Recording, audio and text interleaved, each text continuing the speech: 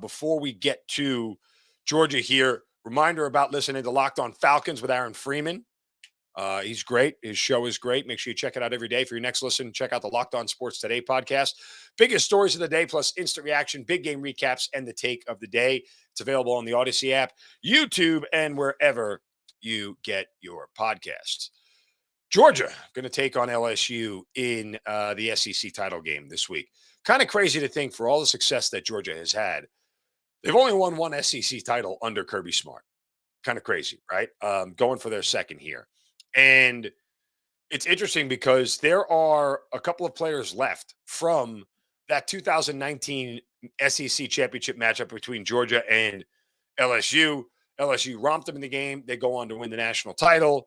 And Georgia players remember that. And I think that's important when it comes to this weekend and the SEC title game. I think it's really a motivational factor for a lot of these guys, as it should be.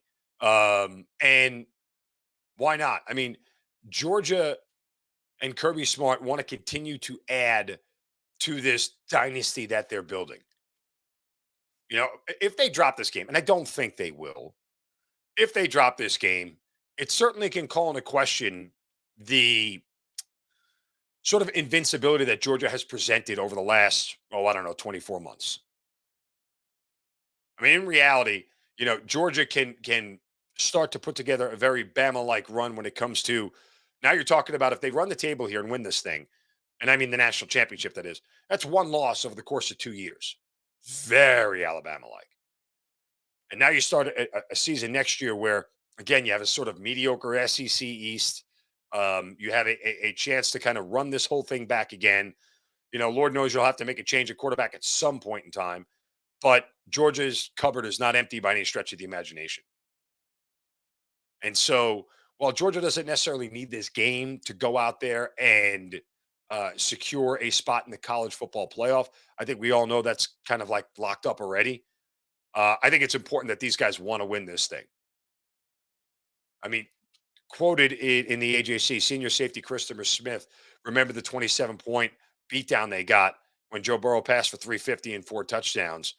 They're young guys want to win conference titles, right? He said, quote, "It definitely means a lot to me. It's definitely one of our team goals to be able to win the SEC. Played in this game 3 times, haven't been able to win. So hopefully 4 times a charm." Yeah, I mean, again, that bothers college players for some reason. They just want to go. They want to win a conference championship. And for all that they have in front of them, they don't want to drop this one again. So Georgia beat Auburn 28-7 in 2017. They lose to Bama, they lose to LSU, and they lose to Bama again over the course of the next 3 years. Kind of crazy to think.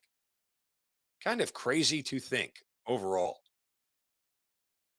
But, again, Georgia going into this game here, you know, they would absolutely continue to assert how much better they are than the rest of college football by going out and winning this game. So I absolutely think it matters. I absolutely think it matters. And I'm not sure why any Georgia fan would be like, who cares? Let's just get in the playoff and win the thing. No, I think you want to win the whole darn thing, the whole shebang. College football playoff ranking is going to come out tonight. I don't think, here's a couple of things that I think would be interesting to see, because I don't think you're going to see anything different what the AP poll represents, which is Georgia, Michigan, TCU, USC, Ohio State, and Bama. Now, we've talked about this a little bit yesterday, and here is one thing that I think is worth noting. Georgia, Michigan, 1 and 2. If both TCU and USC falter, and I think it's absolutely possible. Why? Because USC played Utah. Utah already won that game. And TCU is playing K-State. K-State held an 11-point lead at halftime in that game and somehow couldn't score a single point the rest of the game. Don't think that's happening again. So both of these teams can be beat. Now, if Ohio State and Alabama, respectively, are the benefactors of 2 losses by both or a loss each by TCU and USC, I think it's fair to say that they both would just slide up and in. But here's the rub. That if you do that and you keep Ohio State above Bama at 5 and 6 right now, respectively, theoretically, they would both just slide into 3 and 4.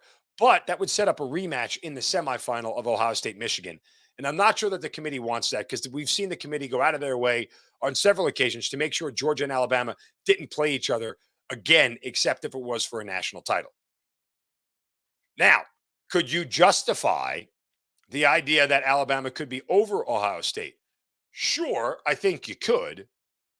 But if you put Alabama at 5 and Ohio State at 6, here's the real problem that if only one of TCU or USC loses, that means that Alabama would slide in over Ohio State as the last college football playoff team.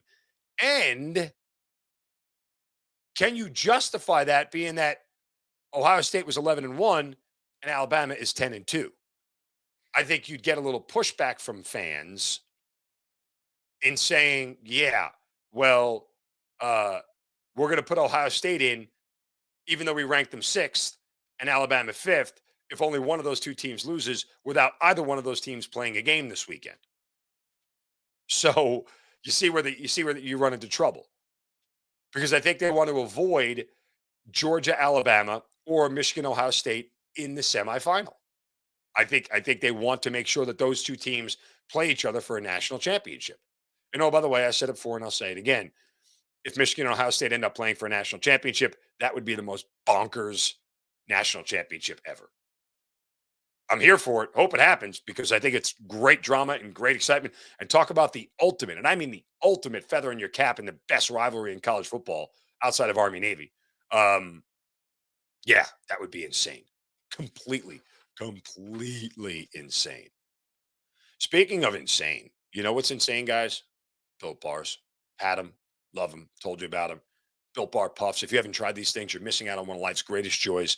They are absolutely fantastic, and they come in a brand new flavor: cookie dough chunk with real chunks of cookie dough in it. Here's the best part about Built Bars: they're covered in 100% real chocolate, but they're only 160 calories, and they get a whopping 15 grams of protein in them. This is the perfect snack for you on the go, in between meals, late at night when you want something sweet. I mean, it checks every block that you want. It's delicious. It's healthy for you. It won't fill you up. I mean, it is one of these things where uh, they just fit every aspect of your life. Go to built.com, get a box for yourself. Try them out. Cookie dough chunk, amazing new flavor. Take the box, stash it in your office drawer, hide it from the kids if you want, share it with the whole family, whatever. It's the best thing you can do for your health and your taste buds. Go to built.com right now. Use the promo code locked on 15 and get 15% off your first order. Again, built.com and use the promo code locked on 15.